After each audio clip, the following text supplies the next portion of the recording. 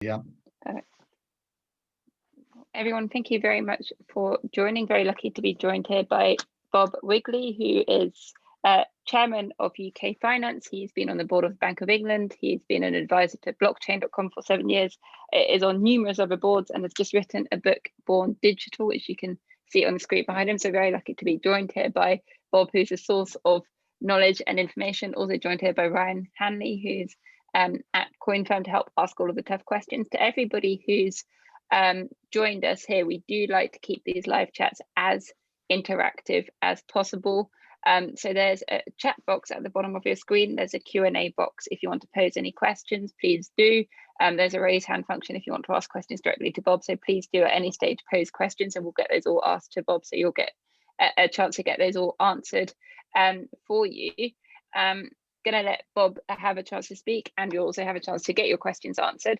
So, I mean, first question is for somebody who's been traditionally in a very traditional finance space, what has led you to look at the future of technology and write a book about the effects of technology and digitalization on ourselves? Thanks, Erica. I think growing up with 3 adolescent children and watching the effect it had on the way they interact with technology and form their personalities, watching the kids of friends and in similar ages, and then about 2 years ago, I made a New Year's resolution to meet a new Generation Z entrepreneur every day for 2 years, every business day for 2 years. So I've met about 200, and in the course of that, kind of formed some views about how I think this generation is interacting with technology and the effects it's having, and that's where the idea for the book came. Would you like me to sort of give you a kind of a quick synopsis? Maybe 5 minutes. Please do that. Please do that. And I'd love to hear more about how you actually went about getting to meet the 200 entrepreneurs. Oh, LinkedIn. LinkedIn is a wonderful thing. So I get probably, because I'm known as backing young entrepreneurs in sort of cutting edge technology businesses, I get 4 or 5 people a day asking to send me a business plan or coming to meet. And so I have a little system I use to sort of pick the ones who I think will be most interesting. And then I meet them usually at 9 o'clock in the morning for an hour, hear about their idea and see if I can help them. And I always learn, it's always the best hour of the day. As I said, I learned a lot from these jobs. Just on that point, Bob, we kind of missed how many job roles you actually have and how active you have and how you cram it all in. Just before we go into the book, and obviously we've gone in there, would you maybe just give us kind of a run through, maybe not of your day to day, because we could be here for the 40 minutes, but just a bit of your past experience? Yeah, so well, I spent 25 years in the banking industry, latterly as chairman of Merrill Lynch in Europe. So when I left that business, it had revenue of about 6 billion, pre-tax of 3, 9,000 employees, 23 countries, about $500 billion of gross assets. That was 10 years ago, and I was on the board of the Bank of England during the financial crisis. All very interesting. I then moved into backing youngsters in tech businesses, and that's what I'm doing today mostly. But outside that, I chair now an organisation called UK Finance. That represents the UK financial services industry, so everything from HSBC down to Monzo and Starling, asset-backed lenders, payment credit card companies, payment systems. Fascinating job, which involves interacting with the Chancellor on things like the budget and regulation, with the Economic Secretary on financial literacy, with the Home Secretary on economic crime, cyber, and with the Security Minister. So fascinating job. And then right now I have, I think, a portfolio of 5 or 6 companies I'm backing, where I've always got money invested in the company, and I sit alongside the younger entrepreneur and try and help them develop their business. I do a bit of lecturing at Oxford and Cambridge, and I'm a part-time professor at the UQ, which is University of Australia. And then I do some philanthropic things with Cancer Research UK and St John's Ambulance. Are there secretly 2 of you who are able to sort of fit into all of these roles? And then I'm just not very good at saying no. That's the problem. If people say, will you do this? And I think it looks interesting, I usually say yes. So I get myself into trouble sometimes by having too much to do. Is it a case of long hours or delegation? It's a case of very long hours, having a brilliant PA who's been with me for 25 years, who knows literally every aspect of what I'm doing and takes some of the workload off and organizes my time ruthlessly.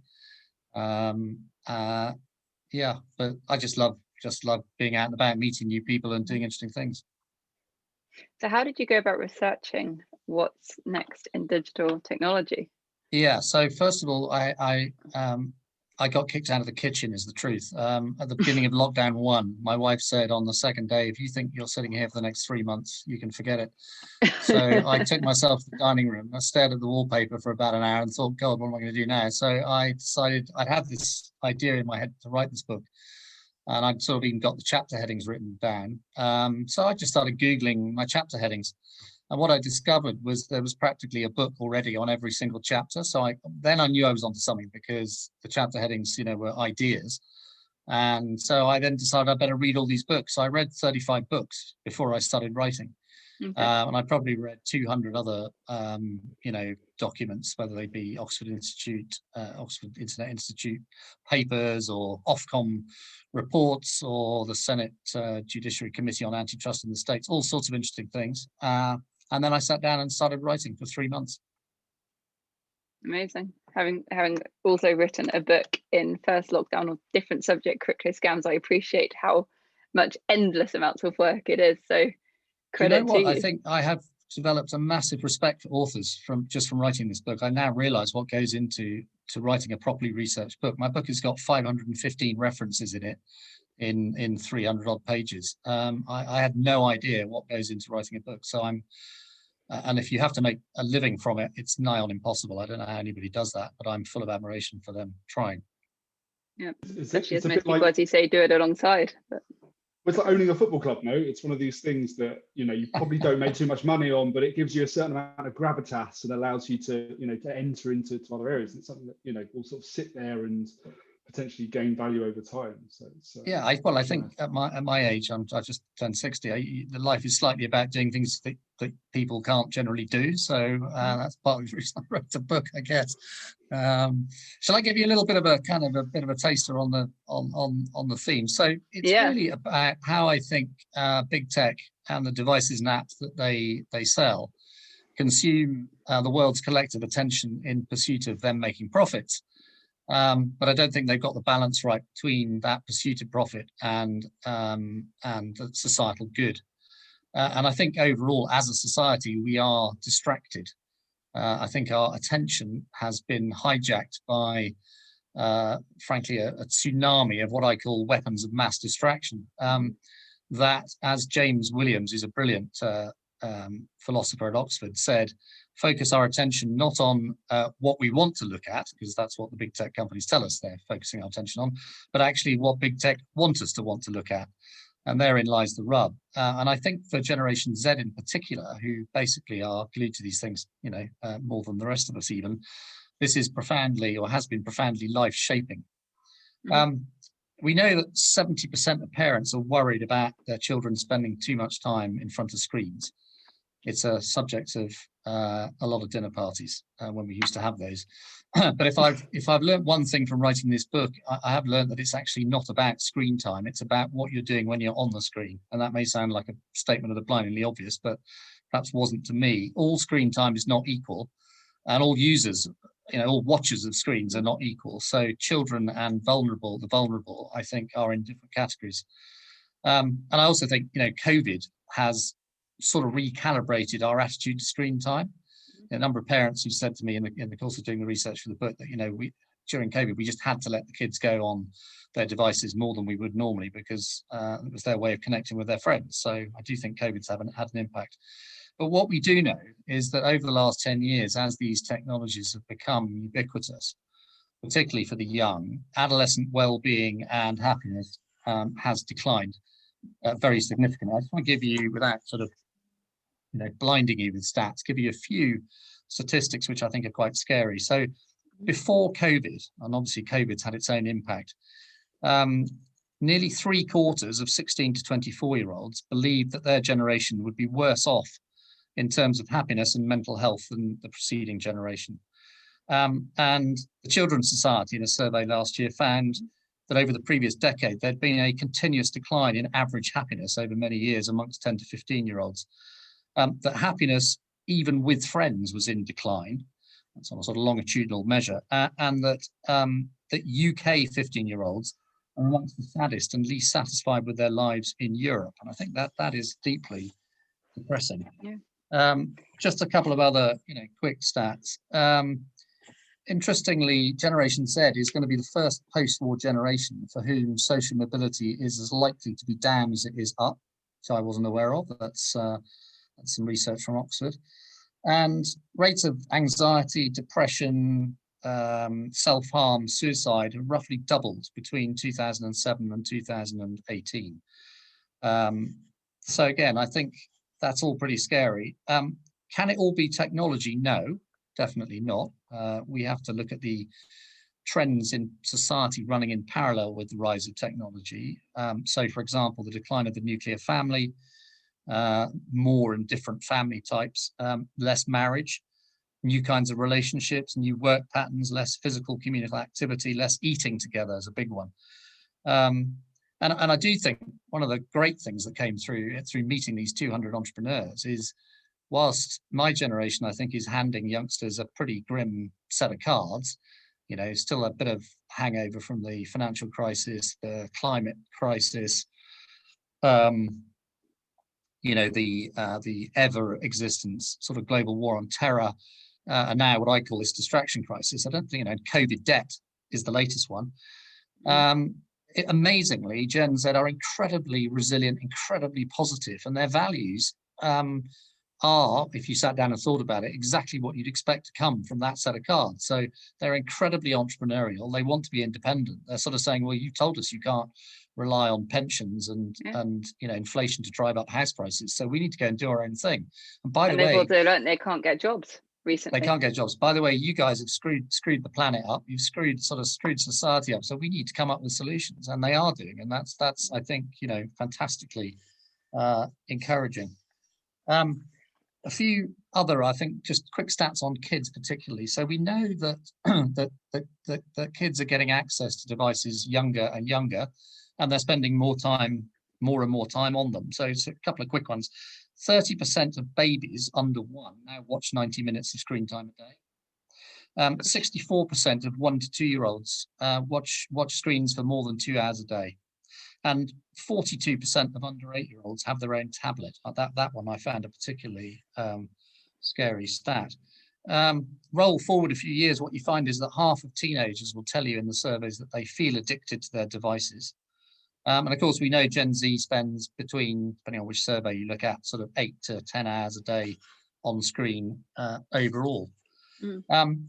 Just back to kids for a moment. Quick stats: 62% of all 8 to 11 year olds and 93% of 12 to 15 year olds regularly use a smartphone and have a social media account. Now, what that means when you stop to think about it is that they basically have access to everything that the web brings them, including all the age inappropriate content.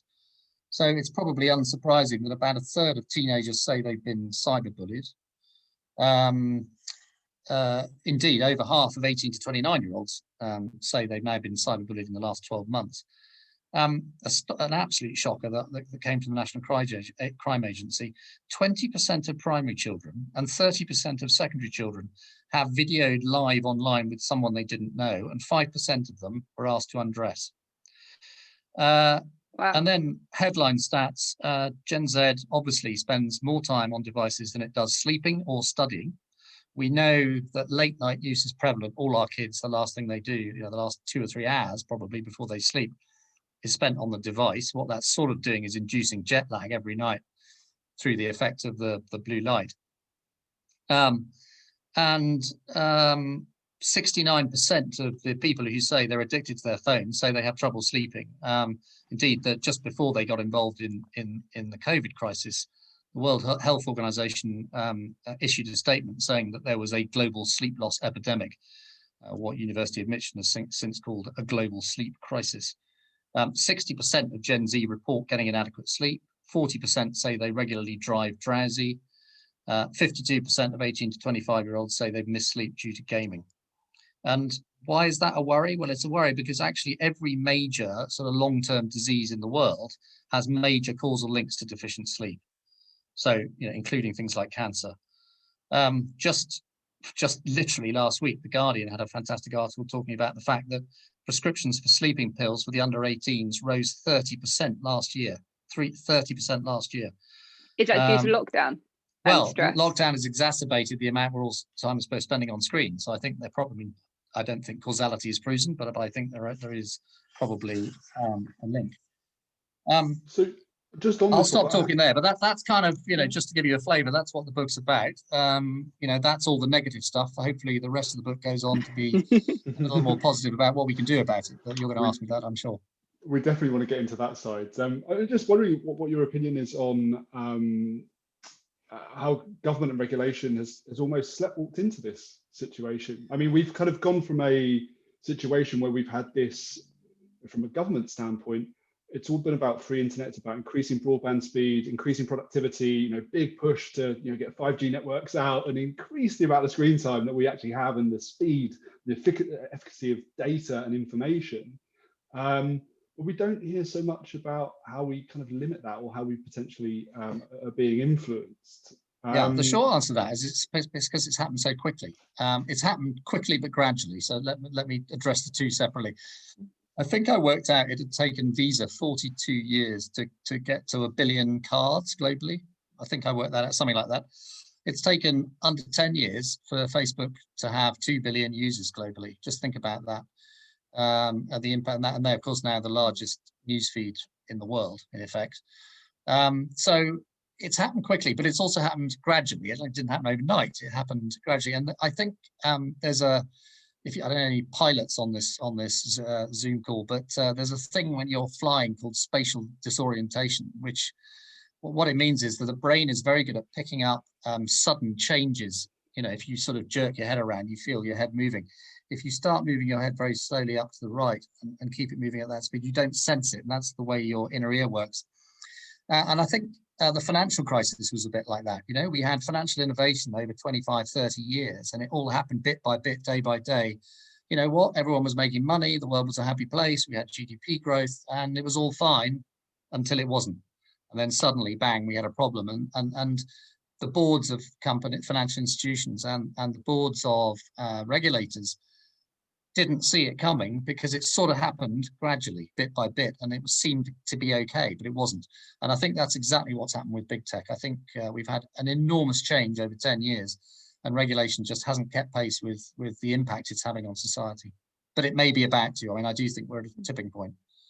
So do you think this is being acknowledged at the moment by government? So is this seen as a real top priority in terms of how this now gets addressed? I think increasingly, as I've been researching the book, I've realised that governments and authorities around the world are waking up to it. So, for example, Australia appointed an e-safety commissioner a couple of years ago, and you will have seen, so that's a full-time government official who gives the public advice on responsible internet use and advises the government on how to think about regulating big tech. And you've seen the moves down there recently to force Facebook to give data to, or make payments rather, to suppliers of news content. The EU has some kind of similar ideas about making the big tech companies hand their data to smaller companies so that they can't use their monopolistic positions to hold that data and use it in a market dominant way. Would it be fair to say they maybe have misstepped though? Because I mean, if you look at kind of European and British regulation around GDPR, especially, this almost empowered a number of the larger social media platforms. So guys who were able to access PII, get permissions to be able to use that, because we were so addicted to their services, so Google, Facebook, Twitter, Amazon. And it effectively made it a lot harder for everybody else to target us on that PII. I mean, can we trust the government to regulate? Well, so it's interesting that the US Senate just did a big deep dive on whether antitrust law had failed in relation to the big tech companies, and they focused specifically on the market shares of Google in search advertising, and some of the other obvious companies, who have very big market shares in things like smart speakers and interactive technologies, the latest interactive technologies. And the conclusion of that report basically was that the antitrust system in the States had completely failed the American people. That, with the benefit of hindsight, it probably wouldn't have allowed Facebook to acquire WhatsApp. or Instagram, that it was unclear whether Google should have been allowed to acquire Waze, for example, because what that report said is that those acquisitions enabled those companies to double down on already very significant market shares and strong market positions, and potentially restricted the potential for younger, more innovative, market entrants to grow up. So that's the US Senate. Biden's now in. We'll see what he does. I think there will be big developments in the States in this area. The Attorney General has already sent a draft bill to Parliament talking about repealing Section 230. This is the section of the law in the States which exempts the big tech platforms from taking responsibility for user content. In other words, not making them publishers. I mean, that bill, if it became an act, would strike at the heart of big tech's business model. So that'd be very interesting. Is it a bit worrying that, I mean, I'm sure you've listened in on some of the Senate hearings when they've kind of pulled Zuckerberg up, and then we, get a few good old senators asking some really off-track questions and kind of showing that they don't really understand. That's absolutely what's showing kind of that going on. Yeah, well, they all need to read my book, then they will. But there's listen, the solution, I think seriously, I think those hearings were embarrassing. I mean, I found them embarrassing from the point of view of the senators and the congressmen, because Congress people, because they demonstrated they hadn't really done their research. They didn't understand the technology. I mean, the obvious, that one question about how do you make money, when you don't charge people, which is the one that always gets wheeled out to sort of illustrate how bad it was. It is a pretty scary question, isn't it? So yeah, I think regulation has not kept pace, but I do think we're at a tipping point. I think the new administration is showing strong signs of getting involved in this. The UK government, I have to tell you, deserves a lot of credit here, because they've just introduced this thing called the Online Harms Bill, which is going through Parliament this year. It's absolutely going to be world leading in the sense that it will, for the first time, impose a statutory duty of care on big tech companies to have regard to the impact of their platforms on particularly children, and to take action to mitigate any harms that are caused. And Ofcom will have the power to fine big techs if they don't think that action is sufficient to mitigate the harms, and possibly even later in time to hold senior executives personally accountable. So this is, I think the government deserves credit for that. That is pretty world leading legislation. What is the addictive element of online? Is it the likes? Is it the followers? Is it the dopamine hit of getting a message? I had someone tell me recently that every day in lockdown they've bought themselves a present because it makes them happy every time something arrives from Amazon in the post. So, well, what is the addiction? The most basic thing about these platforms is that they actually do provide what we want, in the sense that they serve us with things that we want and need. So at one level, they're doing us a very good service. You have to start with that, okay? But the truth is, when you lead on from the fact that they serve us with what we want, is that they are designed by some of the best neuroscientists in the world to be deliberately addictive. I mean, every aspect of not every aspect, there are many aspects to pretty much every social media platform which are precisely designed to keep you there as long as possible. They want your eyeballs. So whether it's the color of the icon, whether it's the likes, whether it's the buzz, the ping, these things are all designed, as you precisely say, to release dopamine. Dopamine is you need more of it. You need more and more of it to get the same effect. That's the way dopamine works. So it is a naturally addictive process, and the people who design these platforms know that, and they're designed with that to take advantage of what some people have called neurological hijacking. So on that side, so you kind of mentioned that obviously Ofcom are going to get involved. There's going to be potential penalties. Are there any actual practical guidances or things that are being put in place to say, okay, we are going to stop you from, as you say, creating so much dopamine? I mean, how do you kind of put these things into practice? Because the web by nature is very free. Right. So two things. Firstly, the short answer is not really. Well, they're not being prescriptive. What they're saying is, you the platforms must assess what impact your platforms are having on users.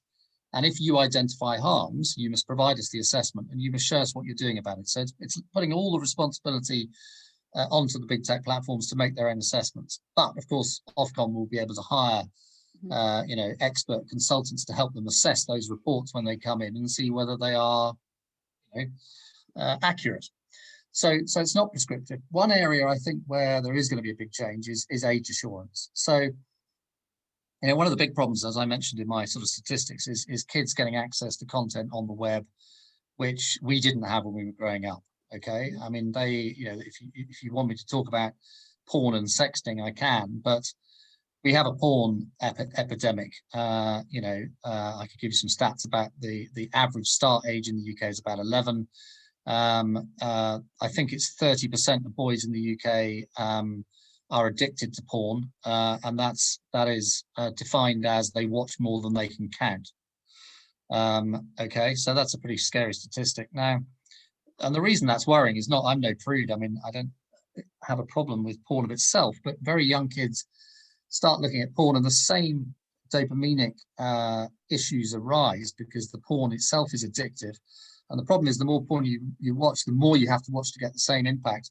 And actually, the more extreme sex you have to watch to get the same impact. So there are some quite sort of dark issues around porn specifically. Sexting has obviously become part of the romantic courtship. It's just part of the way youngsters talk to each other as part of the romantic, what I would call a romantic dance.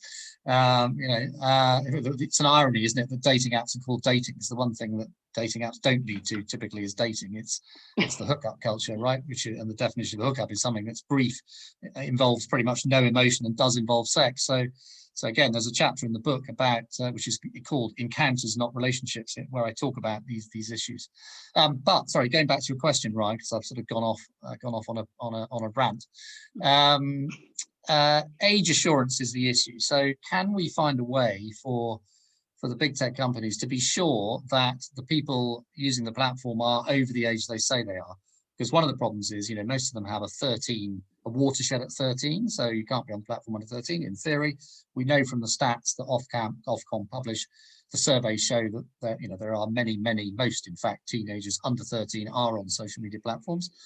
So something's going wrong there. So the age appropriate design code, which the government has issued, will require big techs to take more into account the process of establishing the age of their users. Now, what they're not going as far as is to say you actually have to prove your identity.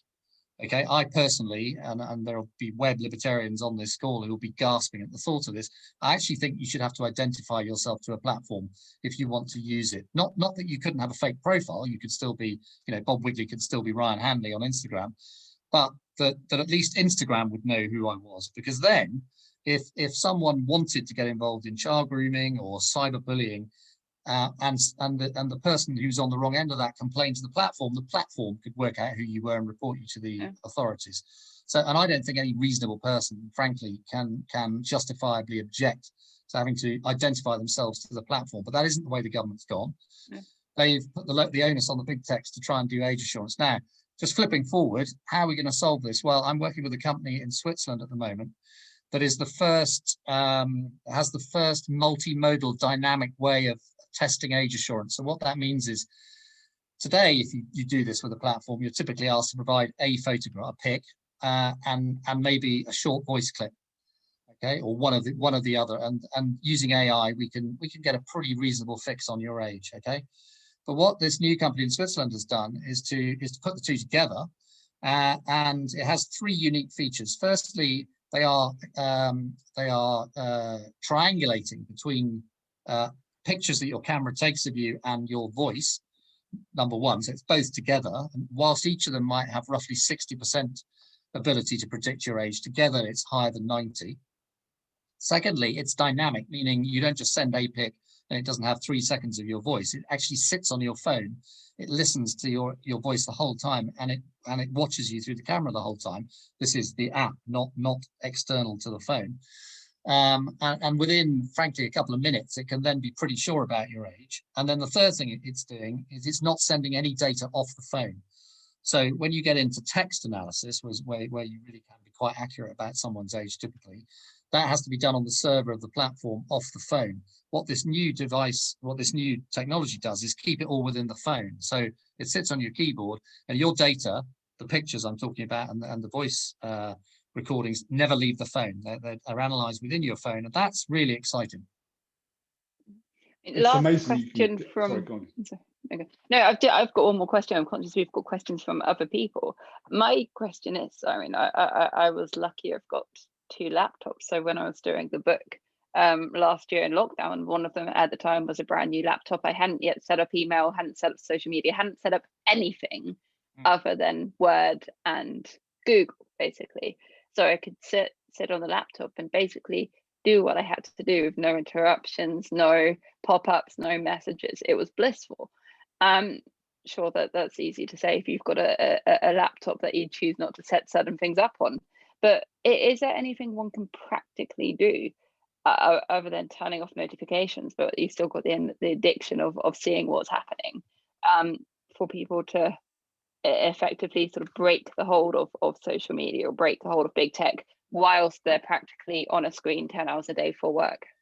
Well, there's a concept of responsible design, right? Which is to say, when you're designing these platforms, you could make them less addictive by design. And some people have floated the idea, and this is not mad, I think, that you could put a responsibility on the design industry, the software design industry, to incorporate responsible design into their But for processes. regular people now to just try and minimize? Well, you have to start with the individual. Like we all know, probably we're all doing this, okay, day in, day out. So we could take more responsibility for our own behavior, and we could take steps to do less of it, okay. But the fact is, as I think Roger McNamee said, if you've got one adolescent brain on one side of a screen and 100 of the world's best neuroscientists on the other side, it's not really a fair fight. I think that is true. This is the perfect point, Bob, because, and again, just bringing it back to what happened with GDPR, some of the measures that got put into place actually enhance the power of some of these already entrenched behemoths. And like the recommendation you say there around appropriate design, the whole thing that levels out startups being able to become larger and to scale and to gain new audiences is in somewhat they're addictive. They have a network effect, they're able to grow, and this is part of their business model. So if you take that away from upstarts, you effectively limit competition, because those who are entrenched, they already have their users. You basically make it harder for others to come up to their level. As you said, I think there's a great need for people to take responsibility and put things in place themselves, because otherwise it's very hard. So what that leads you to next probably is education. So we teach our kids sex education at school, but we don't teach them how to use the internet. How bizarre is that? So most kids, as we've seen from the stats I went through, are using the internet from a very young age, quite a lot of the day. But you don't go on a responsible internet use course aged 8. Well, I think you should, and I think the government should make it a compulsory part of the national curriculum. And it'd be probably quite good for all of us adults to do it as well, so we knew what was in it. So I think teachers would probably learn a lot from the kids. Yeah, scary they would. Well, one of the best statistics in my book, I loved it, was I can't remember who did the survey, but might have been YouGov. I think it was 54% of teenagers said their parents would be a lot more worried about social media if they knew what really went on. Quotes. That was a great stat. That's valid. We've got a few questions in from other people. So I see one of the questions there. Is this any different from TV advertising? It's a great question.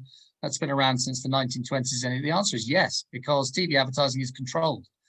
There's only so much advertising you can put on a UK TV channel.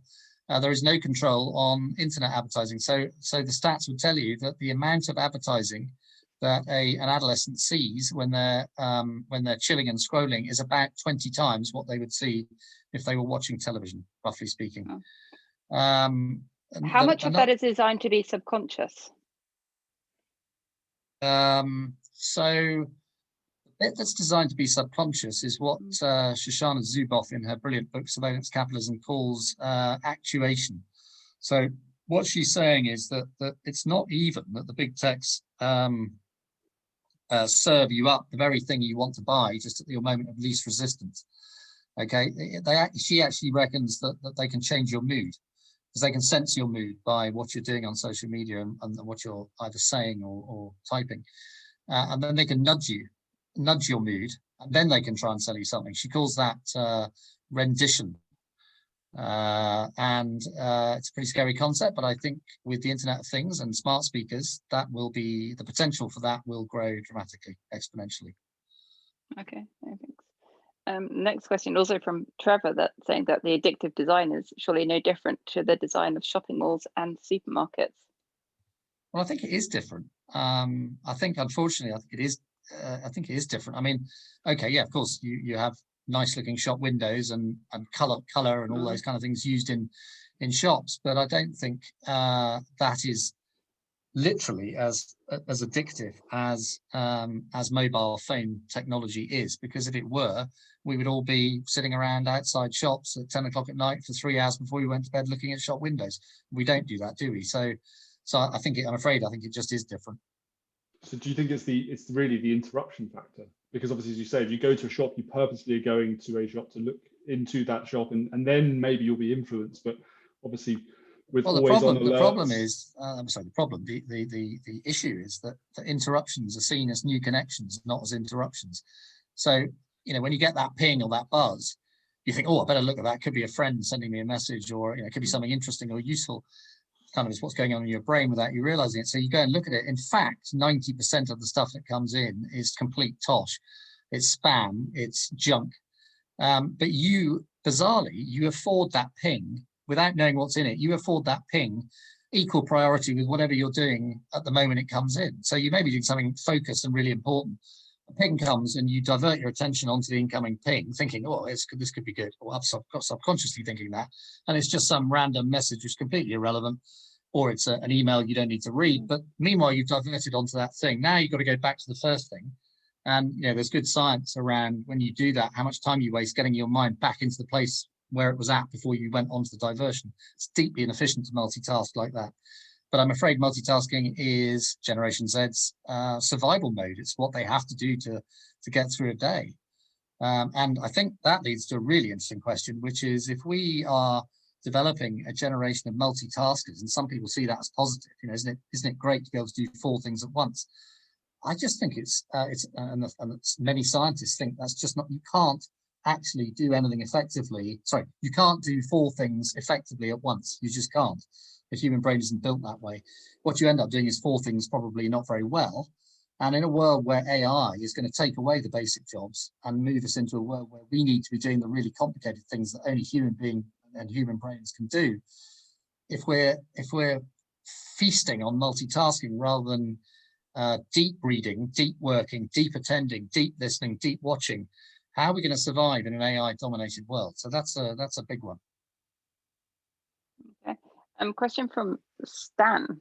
How do you determine the balance of what the public wants to do and what is potentially harmful and what it should do, such as public good? And you've talked about machine learning and AI, and this is going to be making predictive models to change behavior. But how can one determine whether we should be changing the behavior to begin with?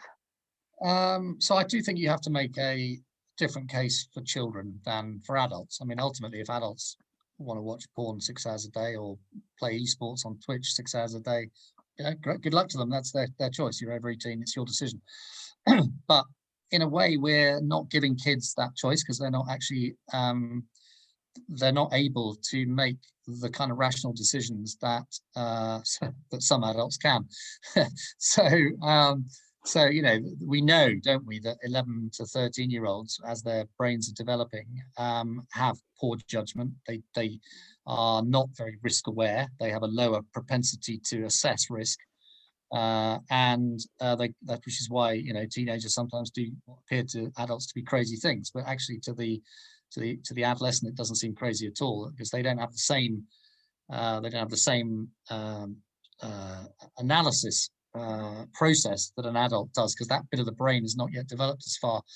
So I do think you have to have a different set of rules for the under 18s, for kids, and particularly young kids. And that's where I think the regulators focus on putting the responsibility on big tech to think about the harms they may be causing children, and to enforce an age-appropriate design code is really important. How much impact it can have over what period, we'll have to see, but the intention has got to be a good one. The thing with enforcement of under 18-year-olds, though, it does make things look more attractive. I mean, it's one of those things that you know, 18 to 13-year-olds especially, and I was certainly one of them, you know, they're very innovative about getting around things they're not able to do, whether that's drinking, smoking, online media, that, you know, it's that forbidden fruit aspect. Yes, agreed. I mean, are there other ways we can kind of combat, rather than sort of outright saying, not for you, you're under 18, you're not an adult yet? Well, so that brings you back to age assurance, or what I ultimately believe we'll end up with, which is hard age verification. So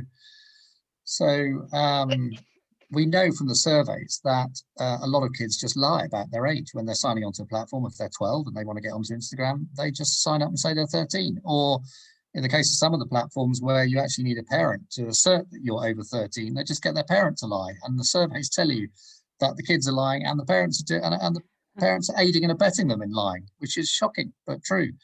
So that's what leads me to say age assurance is never going to work. Even with the kind of technology that I outlined earlier, that would be highly accurate if it's multimodal and dynamic, and that is exciting. But ultimately, I think we're going to end up with hard verification. You know, we don't allow kids to go and buy booze without ID. Of course, you can have false ID, but it's much harder. We don't allow them into nightclubs. We don't allow them to gamble. Why do we allow them to roam around nasty places on the internet without proving that they are old enough to do so safely? And you can say, look, that's unrealistic. You can say it's being you're a prude. Well, fine, call me that if you like, but I think that's where we're going to end up. But how much of a part of the problem is the fact that parents and teachers and whatever just don't even know that these places online exist or what they're doing? I think that's a big issue. That is a big issue. Yes, I mean the quantity and depth of some of this stuff is very scary. So I'm working on some material to follow the book, which we were talking about it before we came online, but actually looking at making a little film. And one of the characters that I want to feature is a girl in America called Maddie Freeman, who I came across a couple of weeks ago at an event that I was judging for young entrepreneurs coming up with solutions to digital overload. So Gen Z entrepreneurs coming up with ideas to moderate their own digital overload. Fantastic event. And she spoke very movingly for about 5 minutes about the fact that she'd lost 4 of her friends in the last 2 years to suicide, much of which she put down to overuse of social media. And I spoke with her after the program, and she took me to some self-harm websites. And I simply could not believe what I was seeing, but just in the way that, teenagers are prone to compare their average self or their worst self with everyone else's best self, as we say on social media. These websites, you basically cut yourself and then you put up a picture of the cut, and it's like a competition to prove who can cut themselves the worst and to explain why. And it's freely available to anybody to go onto. I was deeply shocked by that, and so I'm hoping she's going to help me when we make this film. She's one of 5 characters I found who can bring out from a kid's perspective some of the places they find themselves unintentionally on the web and how scary it is. There's similar websites for anorexia, and you've got people goading you, go on, just another day, don't eat, just another day, just another day. I mean, it's horrible, but it's been around for a long time already. I would suggest if anyone has like a 10 or 12-year-old niece or nephew, have a look at the stuff that streams through TikTok on their phone. It's just mind-warpingly, not only bizarre, but kind of a little bit scary as well, in terms of what other 10, 12-year-olds are kind of sharing around these types of platforms. I mean, I've got my partner's niece's friend was watching 12-year-old boys do press-ups. It's just absolutely bizarre. Some of the content that comes through and sort of streams through that they're kind of being brought into, just wouldn't realise it. William Godsell asks, will we have chips in our heads in the future? And the answer is, I think we will, because I think I think we're already there. I think that's the way AR is moving. So I think it might be your tongue rather than a chip, but AR, which mixes what is physically around you with virtual reality. And I've seen some of the most cutting edge company I went to see down in Italy last summer before you couldn't travel. Called Impersive. So one of the things they do is they they make AR for the fashion brands. I think it was Gucci, which my son was working there on internship, which is why I went there. And you go into a changing room in the shop, and you put on this headset, and instead of just seeing a picture of you, an image of you in the clothing, you're actually the model on the catwalk, walking down the catwalk, and as you move around, so the model sort of walks down the catwalk. It's absolutely incredible. Yeah. So the short answer to your question is that we are going to have a link between brain activity and AR. I think I have a friend actually who's a top neuroscientist who's currently working to use live pig brain cells to enhance the performance of computers, and he's doing that at UQ in Australia, where I'm a visiting professor. So yes, and then going on from yes, our second question is a question about the work of the future, and my comment about we're going to all need to be doing deep work and be able to cope with the fact that AI will have taken away the basic jobs. She says, what happens if you just want to flip burgers for a living? I think there are going to be less flipping burger jobs, Gillian, is the answer to that. So nothing wrong with being a burger flipper, but there'll be a lot less burger flippers, I would think, in 10 years' time than there are now, because machines will be doing a lot. We haven't talked about robots. We should talk about robots, but and sex robots, by the way. We could get into sex robots if you like. I mean, have a look at Japan. If you know, I don't know whether anybody knows anything about sex robots, but think about it for a minute. You don't have to go through any kind of dating ritual. You don't have to buy the robot dinner.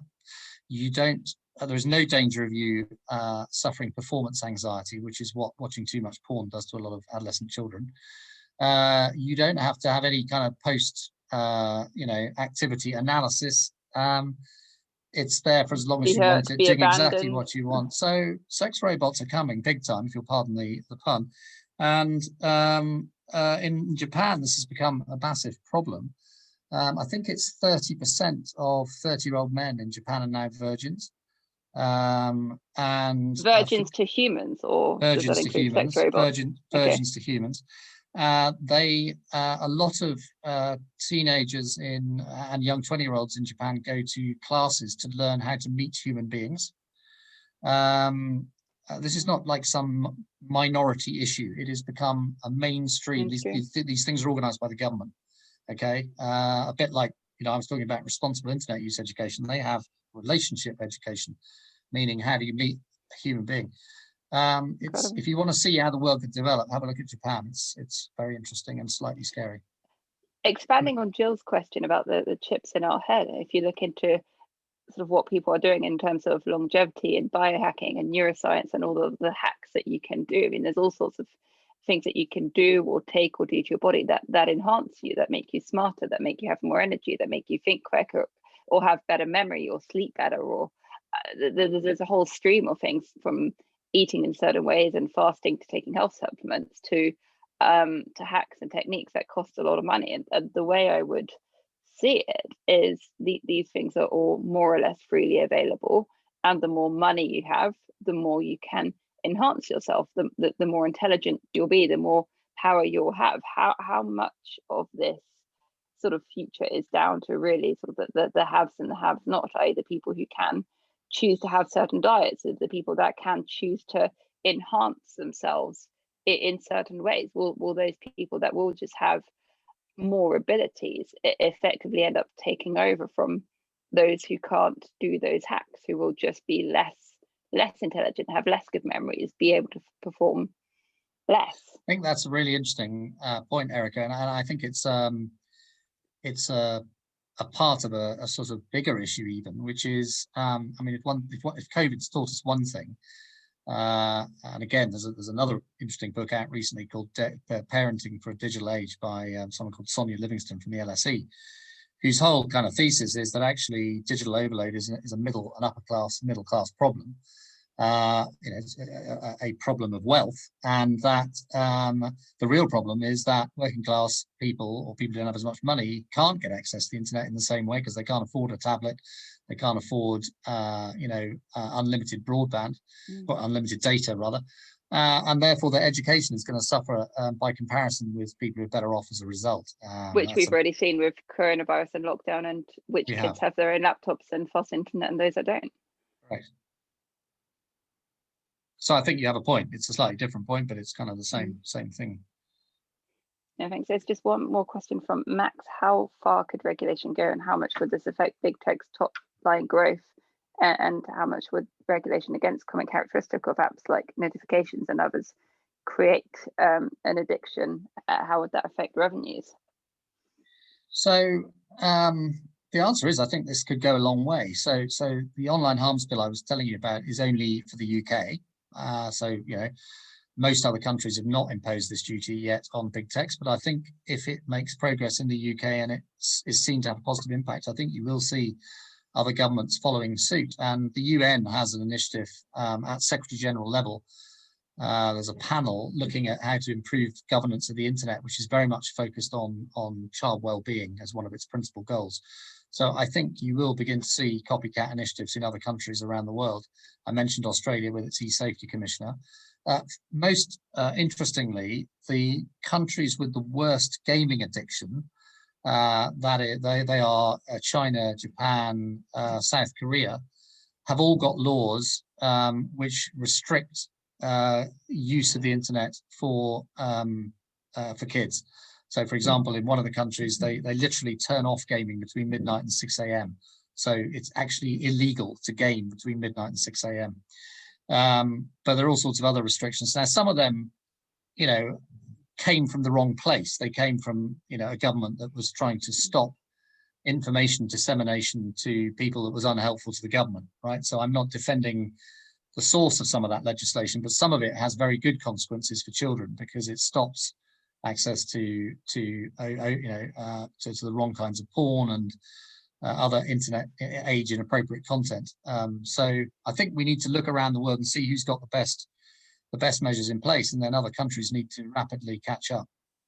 Just playing devil's advocate. Oh, sorry, and I didn't answer the question about how's it going to affect the business models of these companies? That's a really interesting question. I wouldn't be too optimistic that it's going to have a dramatic impact too soon, because the bill has to go through Parliament, then the companies have to make their assessments, then Ofcom has to decide whether the assessments are real. So all of that, I would think, is a 2 to 3 year project, and other countries have yet to adopt this legislation. So wouldn't be too concerned about next quarter's earnings. But over the medium term, you've got to hope that actually what happens, and I hope this is what happens, is that the big techs decide to reform themselves. I'll just make one sort of final point. If you look at the boards of Google and Facebook, for example, they are typically either billionaires, the tech founders themselves, or people who've made a lot of money. I think there's one person who doesn't fit that category on the board of Google. She's a microbiologist professor. But if these companies were genuinely trying to promote social good as well as make profit, where you would think, wouldn't you, that somewhere on the board would be an ex-media regulator, a child psychologist, an adolescent well-being specialist, or even, in the case of Google, would you not think a representative of Generation Z? I mean, the average age of the staff of Google is 29. The average age of the board is 62. And the youngest person on the board is 47. Where is the 19-year-old? Who I think would give the board of Google a lot of good input on what's dangerous about their company, and give them some thinking to do about how maybe they could reform themselves and take more responsibility for what the internet does to kids. Just on this, obviously these recommendations which are coming out, do you think these will do or die based on if other jurisdictions work in parallel with the UK? Because it feels in some cases, if one country goes alone with putting certain recommendations in place, they can almost potentially disadvantage companies from within that jurisdiction. So, well, this is the argument. This is the argument Facebook used in Australia, wasn't it? I mean, that's why they threatened to leave, but they've now backed down on that. And it is exactly the argument that DCMS has used to not include fraud in the list of online harms in the online harms bill. So we know that most fraud in the UK, and it's now 40% of all crime, but interestingly only 1% of all policing expenditure, is online, what I call online burglary, and a lot of that emanates in and around social media and e-commerce. Okay, The banks, who I obviously represent, so I declare a conflict, have all sorts of legal responsibilities to try and stop fraud. And we think we stop about 2/3 of all attempted fraud, but that still means too much is getting through. But the big tech companies don't have similar responsibilities to us, okay? And since a lot of this is emanating from these platforms, we think that fraud should be included in the list of online harms that big techs have a responsibility for. Because they're the ones effectively advertising. Correct. Well, Instagram, for bad example, takes money to post adverts which are used by crooks to promote investment scams or to try and recruit mule account operators for money laundering. So at the very time the banks are trying to stop this activity, other companies are actually making money from placing adverts which promote them, which simply can't be right. So DCMS, I think, has got to be more strong on this and has got to rethink including fraud in the online harms bill. But even aside from the advertising, it's not just that there's adverts. I mean, there's plenty of scams. I mean, we see them all the time, not just in the crypto space, but there's crypto scams, there's Ponzi schemes, there's all sorts of investment scams that maybe they're not even advertising, but they get their members through Facebook groups, and you've got people effectively cheating each other or scamming each other in these groups actively, openly on these platforms. And some of these are scams that are known to be scams, with law enforcement going after them. And the groups are still there. And how far should Facebook or the likes of Facebook be going to just not even allow these open chat platforms that are promoting these scams on their platforms? I completely agree. They should be going a lot further. Yes, agreed. I'm right behind you there. And I'm pushing. I mean, I'm pushing at the security minister, and I think the Home Secretary has agreed that we're going to have a roundtable soon with the CEOs of some of these platforms to talk about this issue, because it's not a sustainable situation as it is. Conscious of timing, just a quick sort of, we'll end on a positive note. And Andrew is saying he's hearing a lot of negativity, which is valid, and that the communications revolution has done a lot of good too, which is true. I mean, a lot of the uprisings going against corrupt governments or brutal leadership, for example, have been built and formed on social media, which is valid points. And what are the good news takeaways that this should be built on? I've expanded Andrew's question there. Andrew, please forgive me. That's okay. So listen, I mean, I'm not anti-tech. I'm anti-irresponsible tech, and I'm pro-responsible tech. So of course, you know, these platforms make it easier to buy things, easier to have them delivered. I mean, easier to watch, easier to consume. So they're doing loads and loads of things that are good from an efficiency perspective, from a cost perspective. No one's questioning that. What I think I'm saying overall is that they need to have a slightly different attitude to the balance between protecting the well-being of their users and making profit. It's a question of balance. That's really what I'm saying. And I think if you read the book, it's difficult to conclude that we're in the right place at the moment when it comes to that balance. And the book is out on the 11th of March, I believe. Well, it's available now on Amazon and Kindle and my own website, and Audible shortly. Audible seems to be incredibly slow at putting up audiobooks, but anyway, it'll be there soon. But it's already on Amazon. Did you narrate it yourself, Robert? Or I did. Yeah. So I was going to pay an actor, and then the guy in the studio said, "Why are you paying someone else? You've got a good voice. Just do it yourself." So that was an interesting thing, actually sitting in a studio and reading your own book, because what I realized is when you read it aloud, you would have changed it had you read it aloud yourself. So it was actually quite an interesting process to record an audio book. The last question to end on: how long did that take, the audio recording? 2.5 days. Not bad. No, amazing. Bob, thank you so much for I loved it. I mean, really good questions. And yeah, great questions.